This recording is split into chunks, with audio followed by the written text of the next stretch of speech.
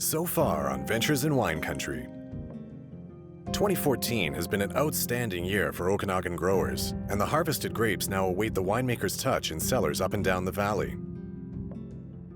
The team at Terabella are finally seeing their ideas for Black Swift coalesce as they continue to push into new territory, including a joint venture with Covert Farms. And another award has further energized John Skinner and his Terroir BC colleagues in their push for a more prestigious image for Canadian wine. It's now late fall in the Okanagan. Many parts of Canada are well into winter weather, and although there isn't snow on the ground here just yet, the threat is always present. This fall, the weather has been kind though, and most of the valley's grapes have now been harvested. With the majority of his grapes safe from the elements, Gene is taking some time to experiment with a new biodynamic process aimed at helping next year's grapes thrive. So working on our first biodynamic preparation of 500. We collected some manure from our cow. That's Laverne back there. We got some cow horns here. It's really important to have good quality cow horns from a lactating cow. You can tell them by they have a spiral to them. So essentially, you do this in the fall, the end of the year when all the nutrients have kind of been really consolidated in the plant. The plant's sort of at its final stages in the season and storing up its nutrients. And so the cows are eating that, it's going through their digestive tract, going through that amazing process. And so we use this manure, stuff it into one of these cow horns, and then bury it and let it compost over the winter time. And then we'll dig it up in the spring. And this very special compost from these horns manure, BD 500, will then mix with water for close to an hour, and then we'll sprinkle it throughout the vineyard and the fields. And it acts as an inoculant, and it aids in the utilization of nutrients and helps keep the plants strong from disease. So yeah, this is our first time doing this. It's really kind of cool. We got our pit dug about 18 inches deep in the just near the compost pile. So we got ourselves about 20 horns or so filled up with manure from Laverne. And we'll come back in with the loader, a bit more compost and surrounding soil. And then because of our cooler climates here, we want to keep it kind of from freezing as long as possible. We'll pile the straw back on top. At the end of the day, it's about the quality of the plants and therefore the quality of the wine. And it's in our view that more naturally and holistically that we can produce good vines will produce good wine. It's the last week of November, and despite the overcast skies, spirits are high further up the valley at Painted Rock. Today is the final day of harvest and crush for Ravinder, Gabe, and their teams. From the first grape picked to the last one crushed, it's a 6-week process, so it's time to breathe a sigh of relief and celebrate. That's it. Oh! Original with sparkling. Delicious. Cheers. With harvest and crush complete, work on the 2014 vintages officially moves inside for fermentation. For Gabe, Gene, and Jason, this is where the real fun begins. It's time to start making some wine.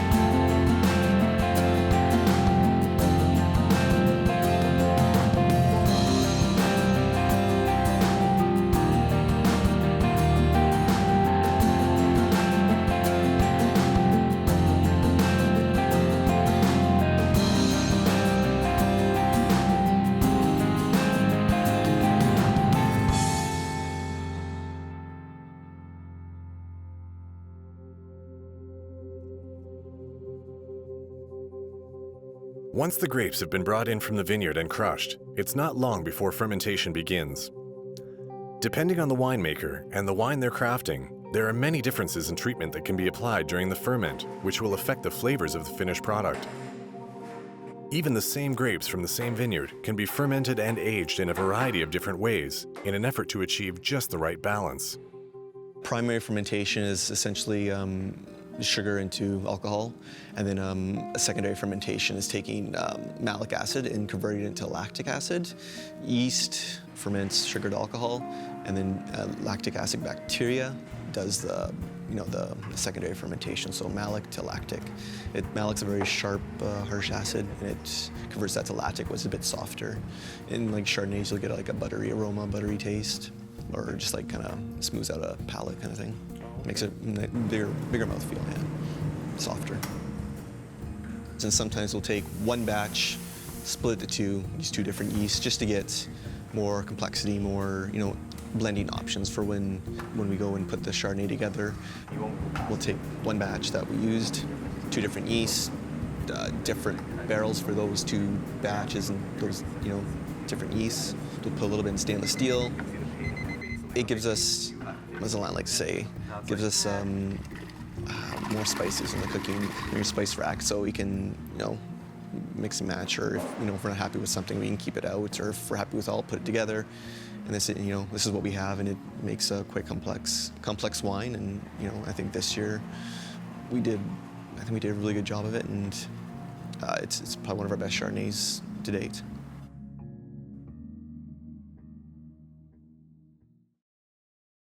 For Jason, the mix of Terabella vineyards and a growing list of independent growers is a lot to manage at this time of year.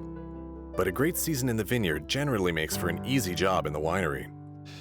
Scott's done a good job in the vineyard, and our big goal is to make them as premium as possible. And they're great. They're showing very well already. This year didn't give a winemaker any excuses really to make a bad wine. So yeah, it's been a good one. Never know until the fruit comes in exactly what we're going to do. It also has to fit the program of what we're gonna make. So if it's going into a certain kind of price point bottle, then you have to work the wine in that direction as far as what you're doing to it.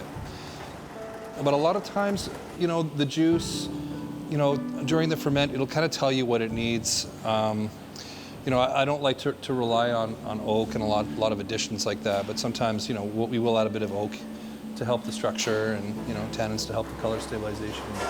Very minimal intervention. It's like letting the vineyard do its thing. I'm a very simple winemaker, very basic. I'm more of a babysitter. So I try not to do too much, just make sure that the ferments are clean, feed it what it needs, keep the temperatures where they need to go, and just keep it really, really simple. And hopefully the grapes will cooperate and make me look good. Fermentation is typically guided by the winemaker using specific yeasts, carefully cultured, monitored, and added as the need arises. Depending on the varietal and the winemaker, there are a handful of choices here, but generally the process is the same. So yeah, I should do a quick run through ferments this morning. See how everything's doing.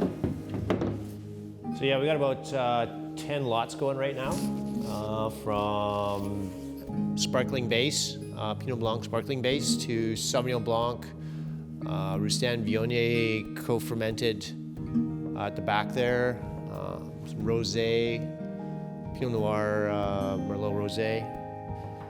Everything's had a really super clean ferment, healthy, with the exception of the Semillon a bit. It's been showing a little bit of a stinky ferment, but I think we've given it a little bit more of oxygen and fed it a little bit, and that's cleaned it up, and it's doing pretty good. So we're gonna check that, make sure it's not throwing any more H2S. We also got some red ferments going in here. We got some Syrah that just came in, so it's cold soaking. So that's just getting, right now it hasn't actually started ferment. And so we just punch it down once a day, keep the cap moist, extracting flavors and color. And as it comes up to ferment temperature, then we'll see whether we'll inoculate this one as well. Occasionally, naturally occurring yeasts accompany the grapes in from the vineyard and start the job on their own. Cab Franc back here that started out on a wild ferment. So, you know, there's neat yeast in the vineyard and on the skins of the grapes and in the cellar.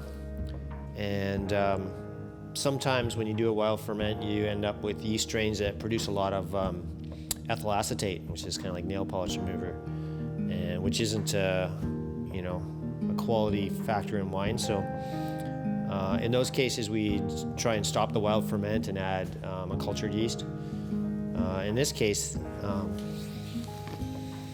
we have a really clean wild ferment coming along, and it's been really healthy. What temperatures we've been getting? We're 17, 18 right now. So yeah, we're really excited. So we'll just let this one carry on and just monitor it. In West Kelowna, a site walk with the new contractor at Black Swift has Jesse, Jason, and Andrew feeling a little excitement. There are still a lot of details to be worked out, but for the first time in over a year, Rob's team is confident that the end is in sight and their growing list of new brands will have a home in a few short months. Like the whole idea is to get a bit of lake view, so when people sit on the tables, so you do a kind of a length horizontal window here, you can get maybe four tops to be able to take in the view.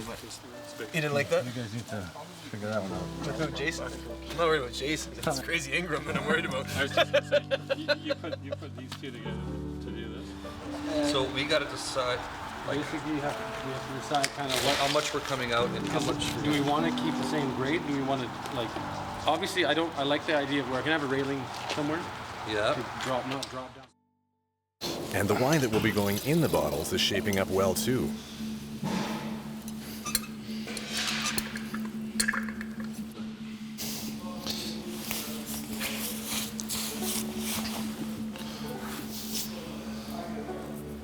You don't have to drink it.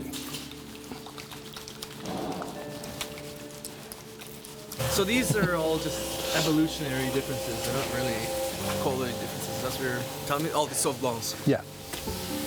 There's different styles though within that. Like even those two that are from the same block, you got different styles. But with Sauv Blanc, at least the way I do it, it starts off pretty scary. And sometimes you fail and it just ends up scary. Everything should be scary. Yeah. But I'm pretty comfortable with these. They should be good.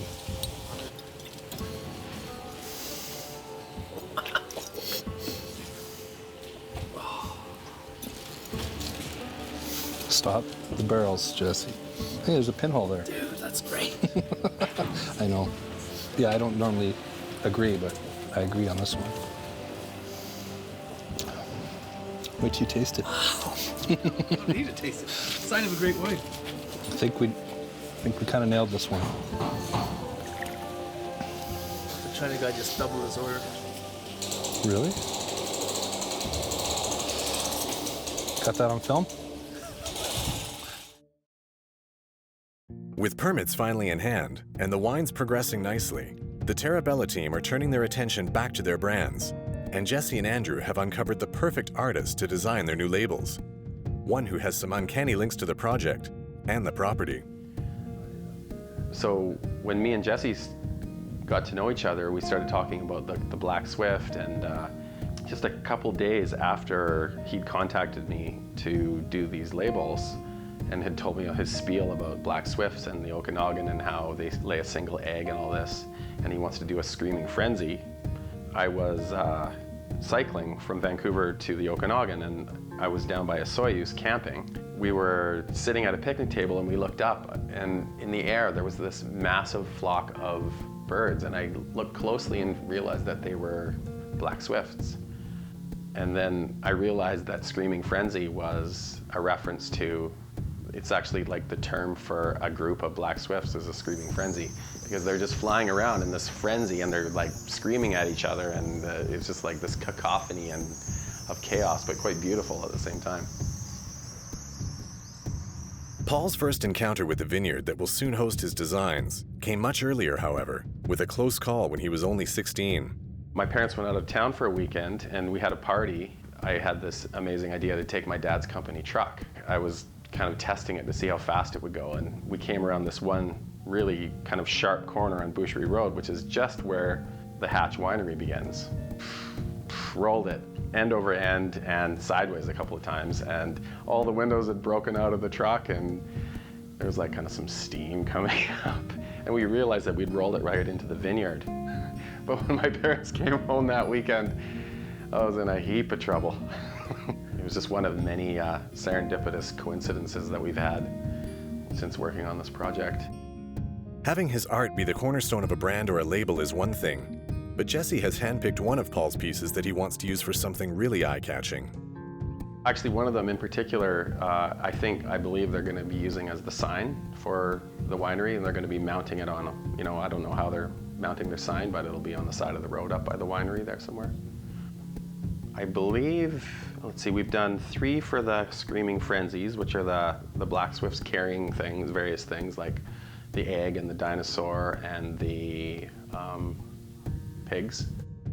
Like the Rosso and the Bianco, on the front of the wines, it doesn't actually even say the winery or what kind of wine or the percentage. All the information is on the back. They're willing to let people fill in the blanks, which I think is really interesting. With the wines on their way, construction moving along, and the artwork nailed down, there's just one final thing missing for Black Swift's new tasting room: a name. We're working with all these different farmers, and almost all of them say, oh, we'd love to have 200 cases of our own wine or 500 cases of our own wine. And we went down to California and going to these little places where you'd have multiple brands in the same room. And my travels to Europe, you'd see the same thing, that Enoteca concept. And so with all Jason's relationships and some of my relationships, we thought, well, wouldn't it be great, instead of having one brand and one winery, to have this Enoteca? And so that's where we felt the liberty to say, well, okay, well, we need a house wine for the Enoteca, and that's where the Hatch wines came up with. So the whole thing, happened really organically. But as I said earlier, everything really kind of relates to each other in a certain sort of way. And now, rather than having, one Perseus and one Helios, which, to be perfectly honest, just doesn't excite me that much, we've got a concept with the Hatch that is constantly changing. New wines, new labels, new vineyards, new varietals, and so we'll always. The premium wines will always be with an eye to Black Swift and Perseus, the high ends of Perseus, but there's no limit to the creativity due to this Hatch concept. So that's why, that's the next big step, but it's a step that I feel very confident is going to really resonate with consumers and solidify a relationship with farmers and be something that nobody else is doing, right? So it's that'll be another exciting step of the road, which will be happening sooner than later. Fermentation is a time of daily monitoring and adjustments.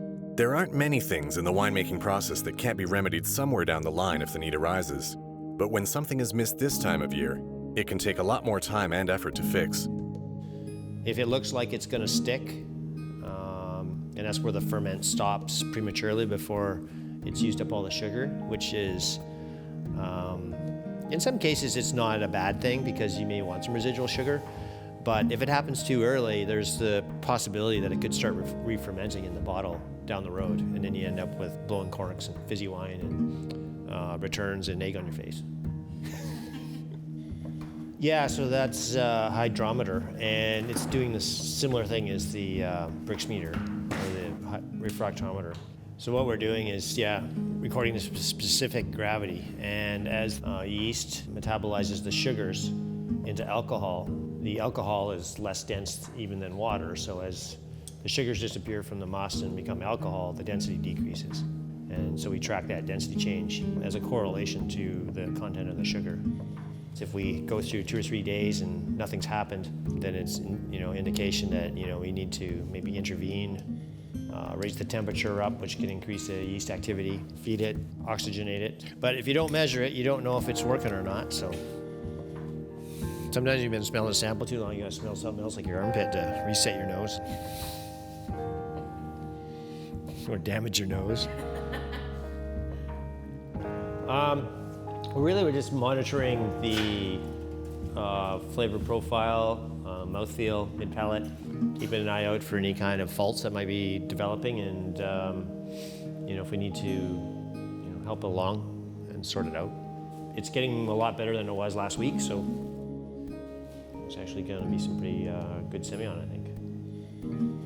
Like if you're going to add a yeast, you have to condition it and prepare it for going into your wine at whatever temperature it's at.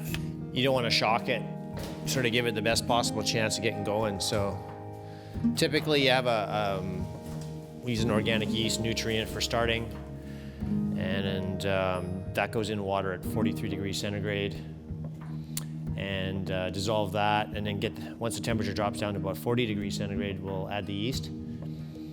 And at that warmer temperature, the yeast activity will happen quite fast and start foaming up. You know, if you make bread, you know, you stick the yeast in some warm water and some sugar, and it'll start foaming up. So then what we do is essentially add must from the tank into the bucket and slowly lower the temperature down so it's within about 5 or 6 degrees of where it's going to go into. And it's interesting, different yeast strains have totally different dynamics in the bucket in that stage. Some really foam up. There was one that had foam on it like this, and other ones it's just mild activity. And I think we were looking at this Cab Franc over here. All you see right now is skins. The cap is skins that are full of CO2, and they rise to the top and float there. So then once yeast activity is dropped off to, you know, just about a stop, those will sink back down into the wine. It's one of the sort of indicators that you're near the end of ferment. So in this Petit Verdot over here, just a few seeds floating around on top, but the skins have all sunk to the bottom. Probably tomorrow, I think, we'll press this off.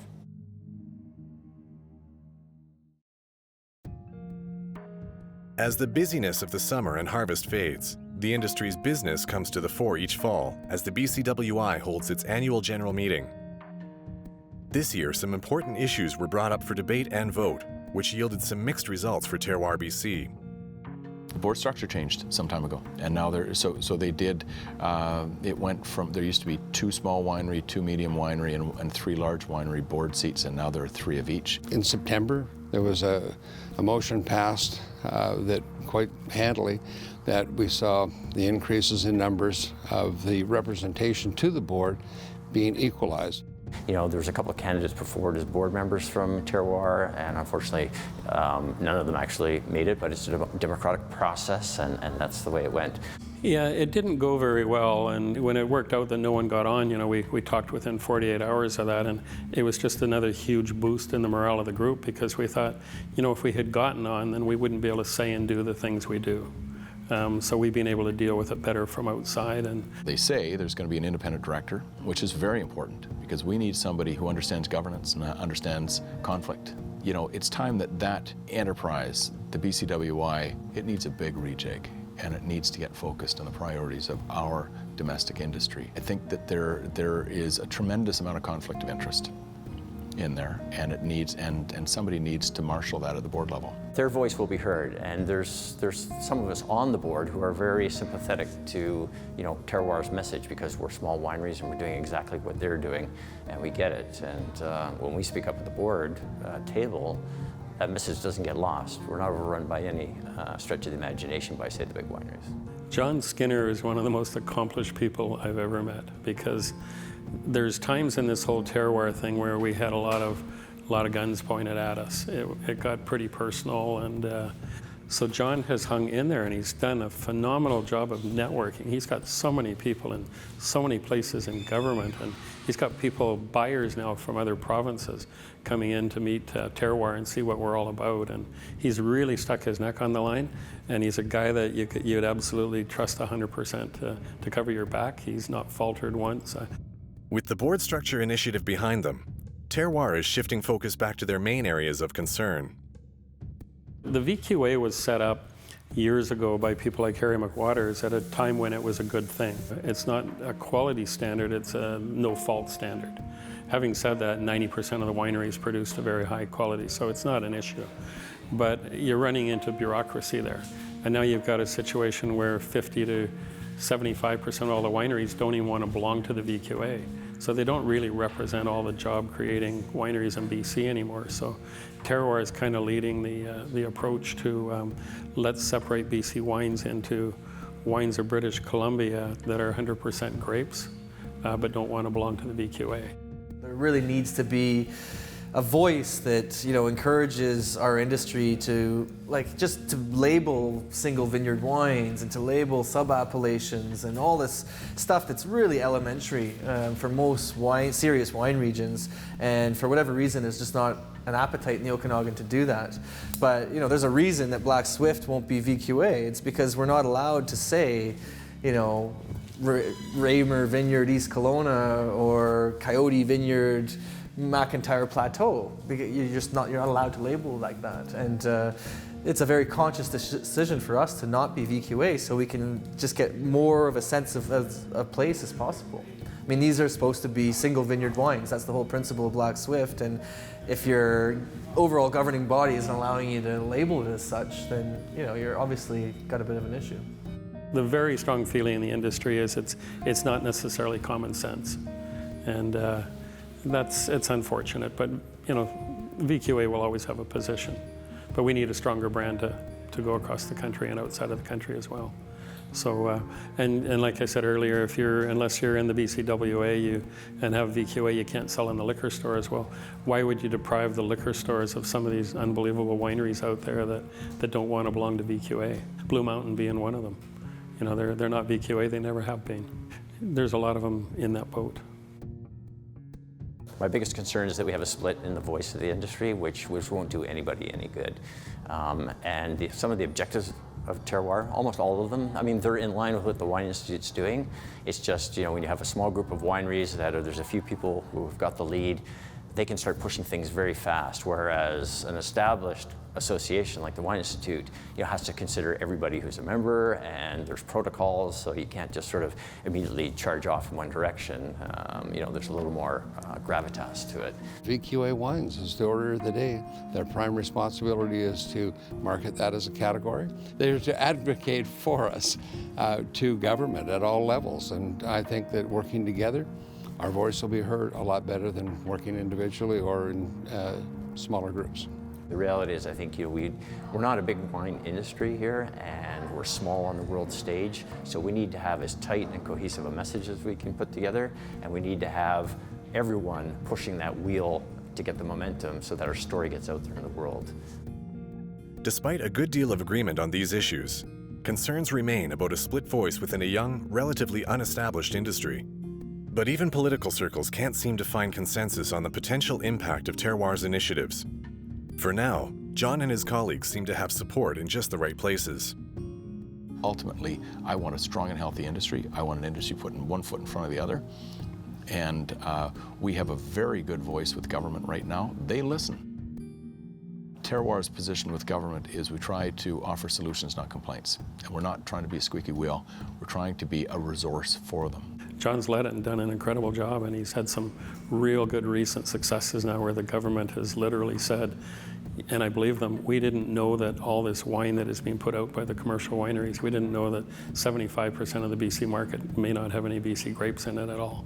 So he's dealing with people at the most senior levels, from the premier to deputy ministers, all the way through now have his personal attention. So there's going to be some really good job creating changes made in this industry because of what John's done. While Terroir's mandate to promote truth in labeling and marketing overseas has become further solidified, the intriguing discussion over the types of varietal regulations seen in France, New Zealand, and Oregon seems to be losing steam, and for good reason. I think, you know, we've really benefited from science. We've benefited from social media. We're focusing on and sharing advice. I just met with Park the other day. They've got a lot of information about what clones, varieties are working in what parallels. So perhaps a little further up in Kelowna, Riesling is working great. Pinot Noirs are working great. Come down to where we are, and I'm really proud of our Syrah. I'm really proud of Merlot is working wonderfully. We're ripening Cab Sauv on I wouldn't recommend that in a lot of areas in the Okanagan, but it works at Painted Rock. So I don't think anybody has a rule book. It's hard and fast right now. Part of the issue is that we're at the northern extremity of viticulture in the world as it is. Our region is more than 100 miles from north to south. So what we grow in the southern tip of the Okanagan Valley are different varieties, then, and they look different, aside from being different varieties, that even the same varieties look different if they were grown at the northern extremity, and there's everything in between. So I think what we should rejoice in is the fact that we've got more than 60 commercially viable varieties that we grow. The challenge is, for the Wine Institute and producers, how do you focus on that? We will never compete in the quantity category. We certainly will in the quality category. It gets back to these foreign marketing initiatives. That's where you're going to find out, because these guys, London tastes everything. They'll know, how do you stack up? How is your price point? How's that Riesling? You know, I'm very proud of Tantalus. They had a wonderful review from Jancis Robinson. That's what gets us on the map. Whether it's done before, during, or after ferment, at some point the juice must be separated from the skins. This is called pressing, and once again our 3 wineries have some unique options. So we got Petit Verdot here today that's in press. It's a nice small lot, very low yielding Petit Verdot. Huge amount of flavor and color. So we do virtually all of our wines in these small basket presses. Our production level is small, so it fits our needs.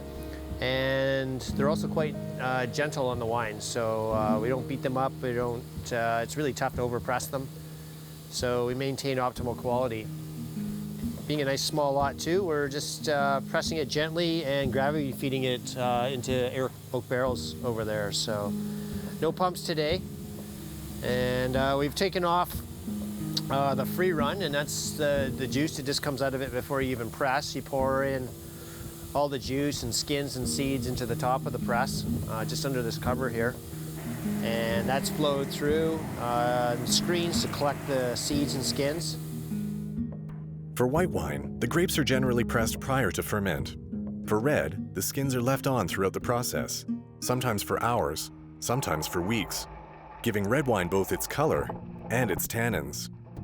But we do a lot of extended macerations. So all our ferments are 21 days. So that's, from the first day of ferment, we start there, and then we go 21 days on skins. Even the ferment is done, dry, bone dried's done. We're still keeping the wine on skins to extract tannins. We do like to extract, a bigger mouthfeel, a bigger wine, more tannins. Better to go longer than shorter, because it's easier to smooth out tannins and try to get some in, put some in there. So, but we do go 21 days, which makes it for, a long harvest. I'm here till December. And so I think that's why I like seeing the last punch down come, or, last ferment coming off, because it's been a long process. Other than that, it's probably the only thing we might do a bit differently. We do on everything, some wineries might do on only a certain percentage.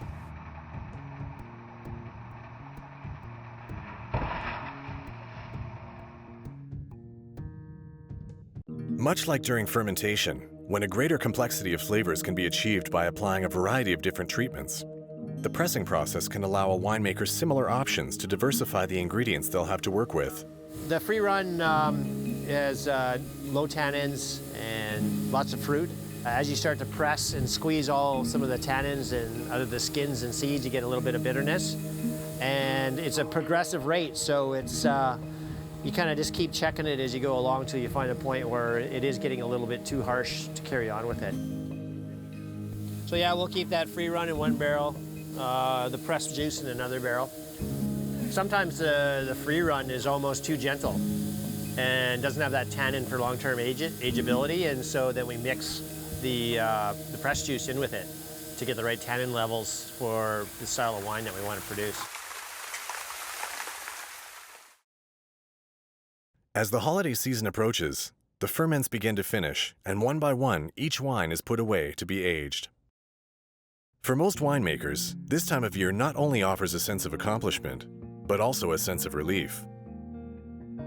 Oh, I think for me it's relief, actually, because it's probably start beginning of October and then end somewhere in December. So it's like yes, I can have my weekends back. I can, not stress about ferments, being, making sure if they're going through, or so once that last press comes off, it's another okay, now I'm going to take some time off and probably just lay on a couch and sleep for for a week. But it's a relief and it's exciting because it's another vintage in barrel, and barrel sitting there, and myself and the team put that together, and it's something we can look at and be proud of. So it's a relief and it's exciting as well. So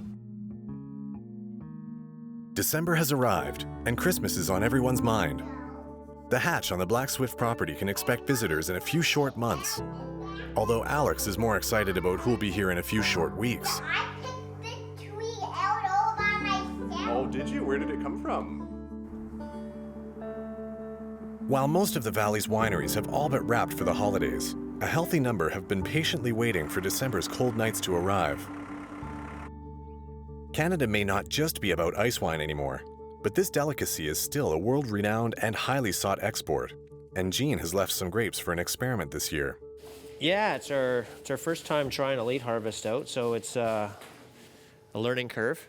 It's actually kind of nice. The internally, the fruit maturity is looking really good, and the flavors are really good, and the bricks aren't through the roof, so we can get a nice balanced wine without too much alcohol. The farm's seasonal workers have long since departed for home, and Jean's extended family won't arrive for the holidays until the weekend. But he still has some dependable help close at hand. For Jeanette, the late harvest is another opportunity for some hands-on experience with something she's previously only had the chance to write about. So late harvest ends up being a little bit sweeter because the grapes are exposed to the elements for longer. Usually watering is shut off, so the juice inside the grape condenses a little bit. Flavors will intensify. Sugars will go up a little bit because you have actually less water liquid in there. Ideally, late harvest should be picked at over 25, 28 bricks, so that is the sugar measurement. And ice wine is, because so little water actually comes out of the grape, ice wine ends up being incredibly, incredibly sweet. So that ends up at ridiculous bricks that I don't even know the actual number. But in the retail sweetness code, when you're looking at shelves, ice wines quite often will be over a 10 in the sweetness code, whereas a table wine will register at 00, 0, 1, or 2 for off dries. That's really a big difference. Late harvest is somewhere in between there. Late harvest is a little more palatable for people who don't enjoy sweeter wines. It also can be a little more enjoyable for people who don't like particularly really dry wines. And Covert Farms makes a lot of really dry wines because that's what we do here. So late harvest is a nice little balancing act between the two. Although Christmas is right around the corner, Derek's already thinking ahead to summer plans. Another piece of news, I was contacted by Stephanie, who was the coordinator for Joy Road this last year. And she is going on her own as a wedding coordinator and wants to know if she can be our #1 wedding coordinator. Do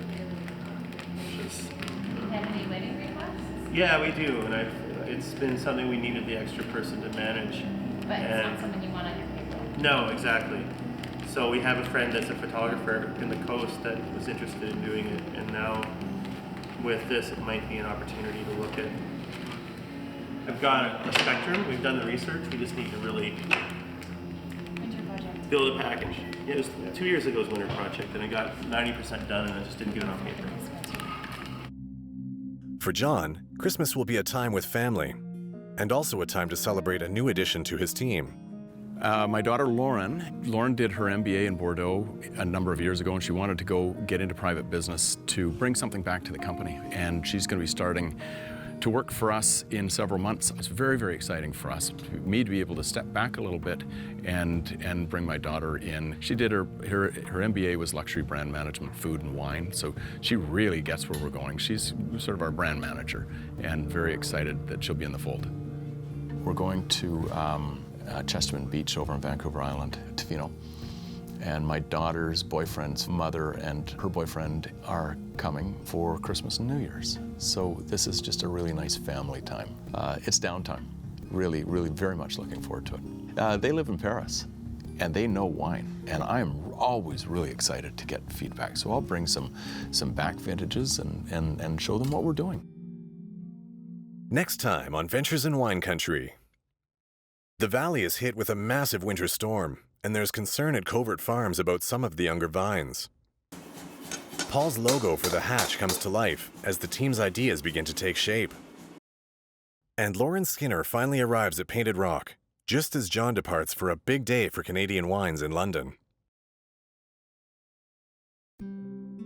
In terms of how Paul first came on the scene, I met him about 2 years ago, drinking a beer. The next thing we talk about, he says, well, I'm really impressed with your birding knowledge.